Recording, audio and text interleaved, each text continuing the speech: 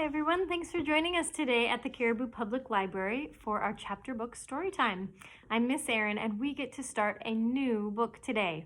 So in light of the theme that we are using for our summer reading program this summer about animals, tales and tales, this is the story of Doctor Dolittle, which has all sorts to do with animals.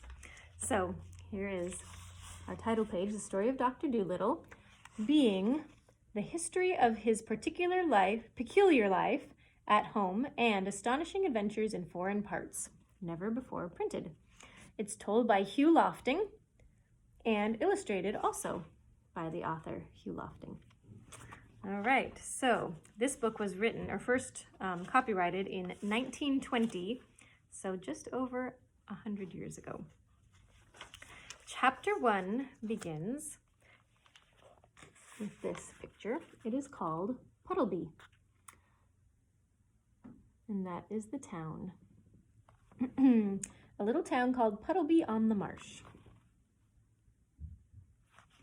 All right, here we go. Once upon a time, many years ago, when our grandfathers were little children, there was a doctor, and his name was Dolittle, John Dolittle, M.D. M.D. means that he was a proper doctor and knew a whole lot. He lived in a little town called Puddlebee on the Marsh. All the folks, young and old, knew him well by sight, and whenever he walked down the street in his high hat, everyone would say, "There goes the doctor, he's a clever man." And the dogs and the children would all run up and follow behind him, and even the crows that lived in the church tower would caw and nod their heads. The house he lived in on the edge of town was quite small, but his garden was very large and had a wide lawn and stone seats and weeping willows hanging over. His sister, Sarah Dolittle, was housekeeper for him, but the doctor looked after the garden himself. He was very fond of animals and kept many kinds of pets. Besides the goldfish in the pond at the bottom of his garden, he had rabbits in the pantry and white mice in his piano, a squirrel in the linen closet, and a hedgehog in the cellar. He had a cow with a calf, too, and an old lame horse, 25 years of age, and chickens and pigeons and 2 lambs and many other animals. But his favorite pets were Dab-Dab the duck, Jip the dog, Gub-Gub the baby pig, Polynesia the parrot, and the owl, Tutu. His sister used to grumble about all these animals and said that they made the house untidy. I can imagine. And one day, when an old lady with rheumatism came to see the doctor, she sat on the hedgehog who was sleeping on the sofa and never came to see him any more, but drove every Saturday all the way to Oxenthorpe, another town 10 miles off, to see a different doctor. Here's a picture of that particular episode. Here's the hedgehog on the couch, on the sofa, and the woman who never came to see him anymore. Then his sister, Sarah Dolittle, came to him and said, "John, how can you expect sick people to come and see you when you keep all these animals in the house? It's a fine doctor would have his parlor full of hedgehogs and mice." "That's the 4th person these animals have driven away. Squire Jenkins and the parson say they won't come near your house again, no matter how sick they are. We are getting poorer every day. If you go on like this, none of the best people will have you for a doctor." "But I like the animals better than the best people," said the doctor. "You are ridiculous," said his sister, and walked out of the room. So as time went on, the doctor got more and more animals, and the people who came to see him got less and less, till at last he had no one left, except the cat's meat man. But the cat's meat man wasn't very rich, and only got sick once a year, at Christmas time, when he used to give the doctor 6 pence for a bottle of medicine. 6 pence a year wasn't enough to live on, even in those days long ago, and if the doctor hadn't had some money saved up in his money box, no one knows what would have happened. He kept on getting still more pets, and of course it cost a lot to feed them, and the money he had saved up grew littler and littler. Then he sold his piano and let the mice live in the bureau drawer. But the money he got for that began to go, and so he sold the brown suit that he wore on Sundays and went on becoming poorer and poorer. And now, when he walked down the street in his high hat, people would say to one another, "There goes John Dolittle, M.D. There was a time when he was the best-known doctor in the West Country. Look at him now. He hasn't any money, and his stockings are full of holes." But the cats and dogs and the children still ran up and followed him through the town, the same as they had done when he was rich. Chapter 2 is called Animal Language. It happened one day that the doctor was sitting in his kitchen talking with the cat's meat man, who had come to see him with a stomachache. "Why don't you give up being a people's doctor and be an animal doctor?" said the cat's meat man. The parrot, Polynesia, was sitting in the window looking out at the rain and singing a sailor song to herself. She stopped singing and started to listen. "You see, doctor," said the cat's meat man, "you know all about the animals, much more than what these here vets do. That book you wrote about cats, why, it's wonderful. I can't read or write myself, or maybe I write some books. But my wife, Theodosia, she's a scholar, she is, and she read your books to me. Well, it's wonderful. That's all that can be said. Wonderful. You might have been a cat yourself. You know the way they think and listen, and you could make a lot of money doctoring animals. Do you know that? You see, I'd send all the old women who had sick cats or dogs to you, and if they didn't get sick fast enough, I could put something in the meat and sell 'em to make 'em sick, see?" Oh, no, said the doctor quickly. "You mustn't do that. That wouldn't be right." "Oh, I didn't mean real sick," answered the cat's meat man. "Just a little something to make them droopy-like was what I had reference to. But as you say, maybe it ain't quite fair on the animals. But they'll get sick anyway, because old women always give 'em too much to eat. And look, at all the farmers round about who had lame horses and weak lambs, they'd come, be an animal doctor." When the cat's meat man had gone, the parrot flew off the window onto the doctor's table and said, "That man's got sense. That's what you ought to do. Be an animal doctor. Give the silly people up if they haven't brains enough to see you're the best doctor in the world. Take care of animals instead. They'll soon find out. Be an animal doctor." Here's a picture of the cat's meat man and Dr. Dolittle. And who is up on the windowsill? There's Polynesia. "Oh, there are plenty of animal doctors," said John Dolittle, putting the flower pots outside on the windowsill to get the rain. "Yes, there are plenty," said Polynesia, "but none of them are any good at all. Now listen, doctor, and I'll tell you something. Did you know that animals can talk?" "I knew that parrots can talk," said the doctor. "Oh, we parrots can talk in 2 languages, people's languages and bird languages," said Polynesia proudly. "If I say, 'Polly wants a cracker,' you understand me. But hear this, 'Kakakoy, Fleefy.'" "Good gracious," cried the doctor, "what does that mean?" "It means, 'Is the porridge hot yet?' in bird language." "My, you don't say so," said the doctor. "You never talked that way to me before." "What would have been the good?" said Polynesia, dusting some cracker crumbs off her left wing. "You wouldn't have understood me if I had." "Tell me some more," said the doctor, all excited, and he rushed over to the dresser drawer and came back with the butcher's book and a pencil. "Now, don't go too fast, and I'll write it down. This is interesting, very interesting. Something quite new. Give me the bird's ABC first. Slowly now." So that was the way the doctor came to know that animals had a language of all their own and could talk to one another. And all that afternoon, while it was raining, Polynesia sat on the kitchen table giving him bird words to put down in the book. At tea time, when the dog Jip came in, the parrot said to the doctor, "See, he's talking to you." "Looks to me as though he were scratching his ear," said the doctor.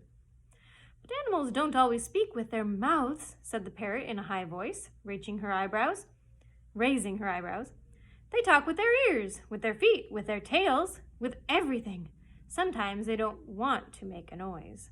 Do you see the way he's twitching up one side of his nose? What's that mean? Said the doctor. That means, can't you see that it has stopped raining? Polynesia answered. He's asking you a question. Dogs nearly always use their noses for asking questions.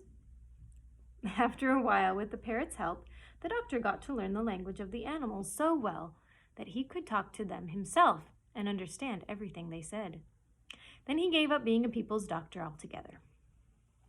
As soon as the cat's meat man had told everyone that John Dolittle was becoming an animal doctor, old ladies began to bring him their pet pugs and poodles who had eaten too much cake, and farmers came many miles to show him sick cows and sheep. One day a plow horse was brought to him, and the poor thing was terribly glad to find a man who could talk in horse language. You know, doctor, said the horse, that vet over the hill knows nothing at all. He has been treating me 6 weeks now for spavins. What I need is spectacles. Oh, what I need is spectacles. I'm going blind in one eye. There's no reason why horses shouldn't wear glasses, the same as people, but that stupid man over the hill never even looked at my eyes. He kept on giving me big pills. I tried to tell him, but he couldn't understand a word of horse language. What I need is spectacles. Of course, said the doctor. I'll get you some at once. I would like a pair like yours, said the horse, only green. They'll keep the sun out of my eyes while I'm plowing the 50-acre field. Certainly, said the doctor. Green ones you shall have. You know, the trouble is, sir, said the plow horse as the doctor opened the front door to let him out. The trouble is that anybody thinks he can doctor animals just because the animals don't complain. As a matter of fact, it takes a much cleverer man to be a really good animal doctor than it does to be a good people's doctor. My farmer's boy thinks he knows all about horses. Wish you could see him. His face is so fat he looks as though he had no eyes, and he has got as much brain as a potato bug. He tried to get a mustard plaster on me last week. Where did he put it? Asked the doctor. Oh, he didn't put it anywhere. On me, said the horse. He only tried to. I kicked him into the duck pond. Well, said the doctor. I'm a pretty quiet creature as a rule, said the horse. Very patient with people, don't make much fuss. But it was bad enough to have that vet giving me the wrong medicine. And when that red-faced booby started monkey with me, I just couldn't bear it any more. Did you hurt the boy much? Asked the doctor. Oh, no, said the horse. I kicked him in the right place. The vet's looking after him now. When will my glasses be ready? I'll have them for you next week, said the doctor. Come in again on Tuesday. Good morning. Here he is, the horse, taking a look at the sign of letters. Then John Dolittle got a big pair of green spectacles, and the plow horse stopped going blind in one eye and could see as well as ever. And soon it became a common sight to see farm animals wearing glasses in the country around Puddlebee, and a blind horse was a thing unknown. And so it was with all the other animals that were brought to him. As soon as they found that he could talk their language, they told him where the pain was and how they felt, and of course, it was easy for him to cure them. Now, all these animals went back and told their brothers and friends that there was a doctor in the little house with the big garden who really was a doctor. And when any creatures got sick, not only horses and cows and dogs, but all the little things of the fields like harvest mice and water voles and badgers and bats, they came at once to his house on the edge of the town, so that his big garden was nearly always crowded with animals trying to get in to see him. There were so many that came that he had to have special doors made for the different kinds. He wrote horses over the front door, and cows over the side door, and sheep on the kitchen door. Each kind of animal had a separate door. Even the mice had a tiny tunnel made for them into the cellar, where they waited patiently in rows for the doctor to come around to them. And in a few years' time, every living thing for miles and miles got to know about John Dolittle, M.D., and the birds who flew to other countries in the winter told the animals in foreign lands of the wonderful doctor of Puddlebee on the Marsh, who could understand their talk and help them with their troubles. In this way, he became famous among the animals all over the world, better known even than he had been among the folks of the West Country, and he was happy and liked his life very much. Here's a picture of his home with all the animals. It says they came at once to his house on the edge of town.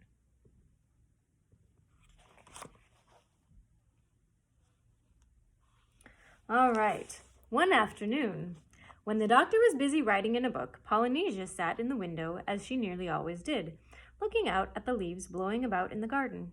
Presently, she laughed aloud. "What is it, Polynesia?" asked the doctor, looking up from his book. "I was just thinking," said the parrot, and she went on looking at the leaves. "What were you thinking?" "I was thinking about people," said Polynesia. "People make me sick.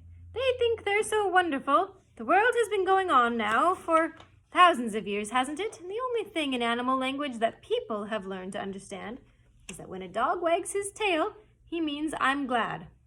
Funny, isn't it? You are the very first man to talk like us. Oh, sometimes people annoy me dreadfully. Such airs they put on talking about the dumb animals. Dumb? Huh! Why, I knew a macaw once who could say good morning in 7 different ways without once opening his mouth. He could talk every language and Greek. An old professor with a gray beard bought him, but he didn't stay. He said the old man didn't talk Greek right, and he couldn't stand listening to him teach the language wrong. I often wonder what's become of him. That bird knew more geography than people will ever know. People! Golly, I suppose if people ever learn to fly, like any common hedge sparrow, we shall never hear the end of it." "You're a wise old bird," said the doctor. "How old are you, really?" "I know that parrots and elephants sometimes live to be very, very old." "I can never be quite sure of my age," said Polynesia. "It's either 183 or 182, but I know that when I first came here from Africa, King Charles was still hiding in the oak tree because I saw him. He looked scared to death." Well, I hope you guys are enjoying the story of Dr. Dolittle so far. That's the end for today, and we'll start next time with Chapter 3. Bye for now.